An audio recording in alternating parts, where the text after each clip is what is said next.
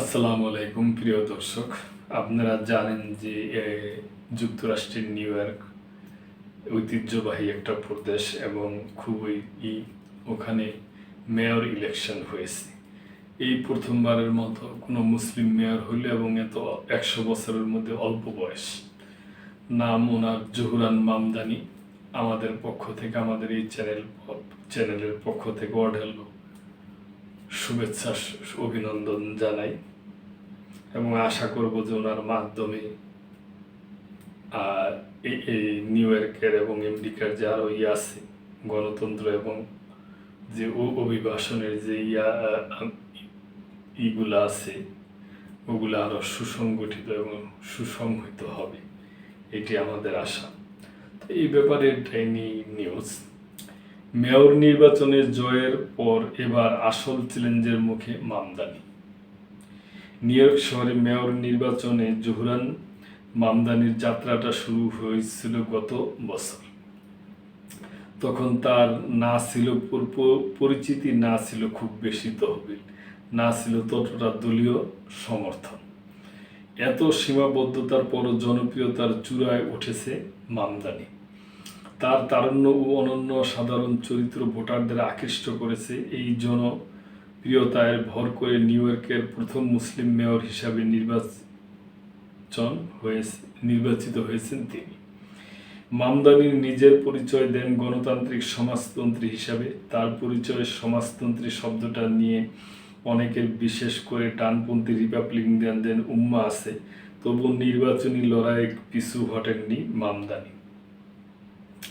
বরং গর্বের সঙ্গে বামপন্থী বিষয়গুলোকে সমর্থন করেছেন, যেমন শিশুদের বিনামূল্যে চিকিৎসা সেবা, গণপরিবহন ব্যবস্থার সম্প্রসারণ এবং মুক্তবাজার ব্যবস্থায় সরকারি হস্তক্ষেপ। নির্বাচনের পর এই পরিচয় মামদানির জন্য চ্যালেঞ্জ হতে পারে বলে সতর্ক করেছেন সমালোচকরা। উদাহরণ হিসাবে বলা চলে 12 বছর আগে মেয়র পদে বসা ডেমোক্রেটিক বিল ডি ব্লাসিয়ার কথা। নিউ ইয়র্কের অর্থনীতি ও সামাজিক বৈষম্য নিয়ে সোচ্চার হয়ে নির্বাচনে জয় পেয়েছিলেন তিনি। মামদানির মতো ব্লাসিরও উপরও বামপন্থীদের আশা ছিল তিনি উদার শাসন ব্যবস্থার উদাহরণ সৃষ্টি করবেন। তবে 8 বছর পর ব্লাসিওকে মেয়র কার্যালয় ত্যাগ করতে হয়েছিল সফলতা, ব্যর্থতা ও হতাশার মিশ্র এক অভিজ্ঞতা নিয়ে। মেয়রের ক্ষমতার সীমাবদ্ধতাগুলো তার নতুন অনেক নীতি বাস্তবায়নের পথে বাধা হয়ে দাঁড়িয়েছিল। ব্লাসিওর মতো মামদানির প্রতিও এখন নিউ ইয়র্কবাসীর একই ধরনের আশাবাদ থাকবে। তাই সফল মেয়র হতে নানা সীমাবদ্ধতা পেরোনোর চেষ্টা করতে হবে মামদানিকে। এছাড়া মামদানিও যে উচ্চাকাঙ্ক্ষী লক্ষ্য নিয়ে মেয়র হিসাবে যাত্রা শুরু করতে যাচ্ছেন, তা বাস্তবায়নে তহবিল জোগাড় করাও কষ্টসাধ্য হবে। কারণ এই তহবিল গড়তে সে যে ধরনের কর বৃদ্ধির প্রয়োজন তার বিরোধিতা করছেন নিউ ইয়র্কের গভর্নর ও আরেক ডেমোক্র্যাট ক্যাথি হুলার।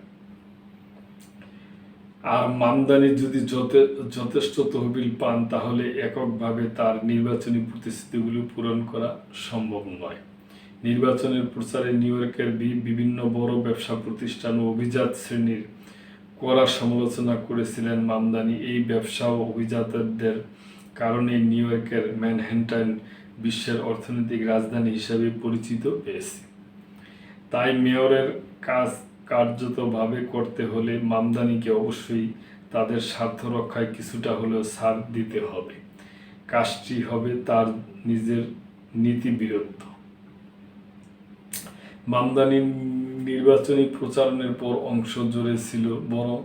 অংশ জুড়ে ছিল গাজায় ইসরায়েলের আগ্রাসনের বিরোধিতা।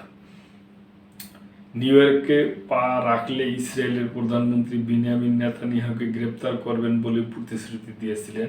এখন মেয়র হিসাবে নিজের মেয়াদের কোনো না কোনো সময় এই প্রতিশ্রুতি নিয়ে মামদানিকে পরীক্ষার মুখে পড়তে হতে পারে।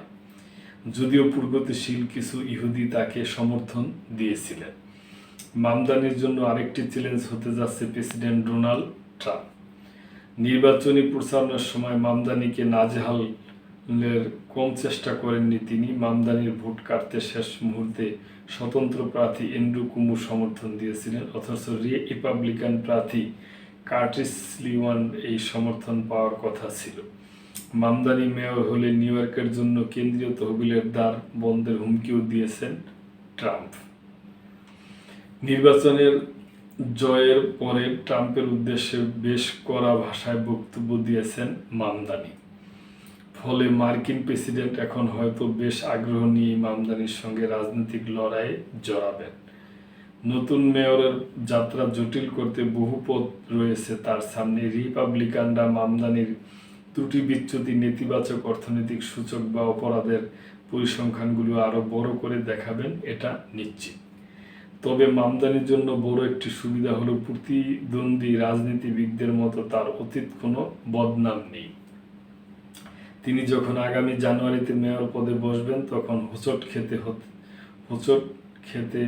খেতে আরও জনপ্রিয়তা অর্জন করতে পারবেন। এখন পর্যন্ত মামদানির প্রতিভাই তাকে আজকের উচ্চতায় এনেছে। এখন দেখার পালা সামনের বছরগুলোই এই প্রতিভা কাজে লাগিয়ে প্রতিকূলতা কতটা সামাল দিতে পারেন। তো প্রিয় দর্শক, আমরা খুশি, আমরা অভিনন্দন জানাই, ধন্যবাদ জানাই, এবং যুক্তরাষ্ট্রের মুসলিম মেয়র হোক। আমি আশা করব যে উনি শুধু মুসলিম বললে কথা না, উনি সকলেরই মেয়র এবং সমানভাবে নিরপেক্ষভাবে কাজ করবেন, এটি আমাদের আশা। প্রিয় দর্শক, এই ব্যাপারে আপনাদের কোনো মন্তব্য থাকলে অবশ্যই করবেন এবং লাইক, কমেন্ট, শেয়ার করে সাবস্ক্রাইব করে মেম্বারশিপ নিয়ে আমাদের পাশেই থাকবেন। আল্লাহ হাফেজ।